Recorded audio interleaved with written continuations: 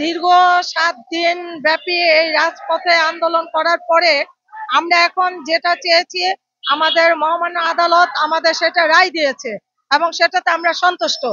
আর এতে আমরা মনে করি ইশাক ভাইয়ের আর কোনো রকমের কোনো বাধা নাই শপথ নেওয়ার জন্য। তার যেহেতু 26 তারিখে শপথ নেওয়ার ঘোষণা হয়েছে, তা আশা করি এর মধ্যে আর কোনো বাধা বিপত্তি কেউ করবেও না আর হবেও না, এটাই আমাদের আশা।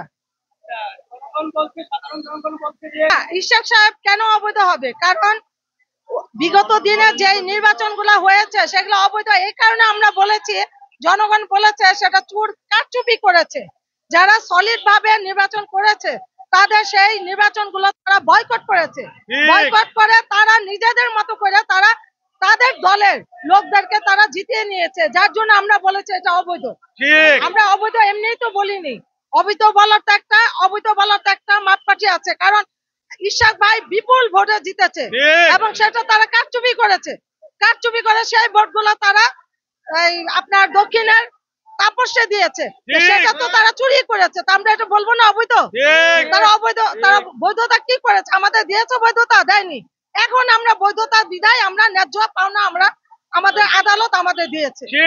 আমরা যে জায়গায় আমরা সলিড, আমরা যে জায়গায় ঠিক ছিলাম সেখানে সেই পাওনা আমরা পেয়েছি। জনগণ একই ভূমিকা রাখবে, আমরা একই ভূমিকা রাখবো। কারণ আমরা যারা জানবো, যারা রিট করবে হাইকোর্টে, যারা মানে বিপুল ভোটে জিতেছে বিগত দিনে, তারা যদি আবারও রিট করে অবশ্যই জনগণ রাস্তায় থাকবে এবং তাদের রায় আমরা আদালতে থেকে ছিনিয়ে আনবো। এটাই আমাদের মূল মুখ্য। চাচ্ছি আসিফ মাহমুদ জনগণের সামনে, মিডিয়ার সামনে হাত জোর করে ক্ষমা চাবে। সে যে কথাগুলো বলেছে আমাদের ইশাক সাহেবের নামে, আমরা সেগুলো চাচ্ছি যে সে আমাদের মিডিয়ার সামনে, জনগণের সামনে সে হাত তুলে ক্ষমা চাবে। আর পদত্যাগ করতে হবে। সে যে পর্যন্ত পদত্যাগ না করবে, যে পর্যন্ত ক্ষমা না চাবে, সে পর্যন্ত আমরা রাজপথে আছি।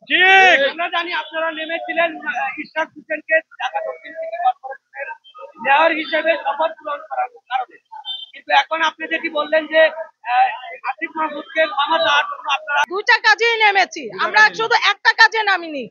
আমরা যখন নেমেছিলাম প্রথমে যে ইশাক ভাইয়ের সে মানে রায়টা দিচ্ছে না হাইকোর্ট, সেজন্য নেমেছি। মাঝখান থেকে আসিফ মাহমুদ এসে ঘোষণা দিল কি এটা আইনের অনেক সমস্যা আছে, অনেক ভুল ত্রুটি আছে, এখানে এটা দেওয়া যাবে না, সেটা আইন ডিসিশন নেবে। এই যে সে অবান্তর কথাগুলো বলতেছে, কি ওয়েতে বলে, সে কি বুঝে, কি জানে, সে কি জানে ইশাক ভাই সম্বন্ধে সে কতটুকু জানে? সে যে অবান্তর বক্তব্যগুলো দিল, কেন দিল সে? সেটার জন্য তার ক্ষমা চাইতে হবে। সে ক্ষমা চাইতে হবে। শুধু দক্ষিণ সিটি কর্পোরেশন আপনি কেন এখানে টেনে আনতেছেন? ইশাক ভাই হলো একটা জনগণ সারা দেশের একটা অ্যাসেট। তার বাবা ছিল প্রতিনিধি করবেন যদি দক্ষিণে, অবশ্যই সে জনগণের জন্য ভালো কিছু আনবে। অবশ্যই বিগত দিনে তারপর যেগুলো না করেছে, যেগুলো না পেরেছে, অবশ্যই ইশাক ভাই সেগুলো করবে, সেগুলো পূরণ করবে। এক নম্বর হলো চাঁদাবাজি। সর্বপ্রথম যেটা বলবো আমি, চাঁদাবাজি, সে চাঁদাবাজিটা সে তুলে দিবে এবং জনগণ যাতে কখনোই কোন রকম কারোর কোনো মাল সামান কোনো দিকে জানি সে হস্তক্ষেপ না করে, সেজন্য সে সেগুলো দেখবে। এবং সে জনগণের যাতে সিটি কর্পোরেশনের দক্ষিণের যেগুলো অপূরণ রয়ে গেছে কাজ কাম, রাস্তাঘাট বলেন, আদার্স অন্য যে কাজ কাম গুলো মানে তাপস করে যেতে পারে নাই, সেগুলো আমরা এখন পূরণ করব। আমাদের ইশাক ভাই পূরণ করবে। জনগণ বলছে যে বিএনপি তো বর্তমানে যে আন্দোলন শুনেন, এই যে কথাগুলো বলছে এগুলা কারা বলছে? এগুলো বলছে এনসিপিরা। এরা বলতেছে যে আমরা নাকি যে পরের টাকা দিয়ে আমরা আন্দোলন করি, পরের টাকা দিয়ে আমরা রাজপথে আছি। ওরা কি জানে যে আমাদের মূল ভিত্তি কি?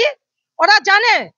ওরা তো আসছে কয়দিন ধরে, ওরা কয়দিন ধরে দেশে স্বাধীন করেছে? 17টা বছর আমরা রাজপথে, 17টা বছর আমরা রক্ত দিয়েছি।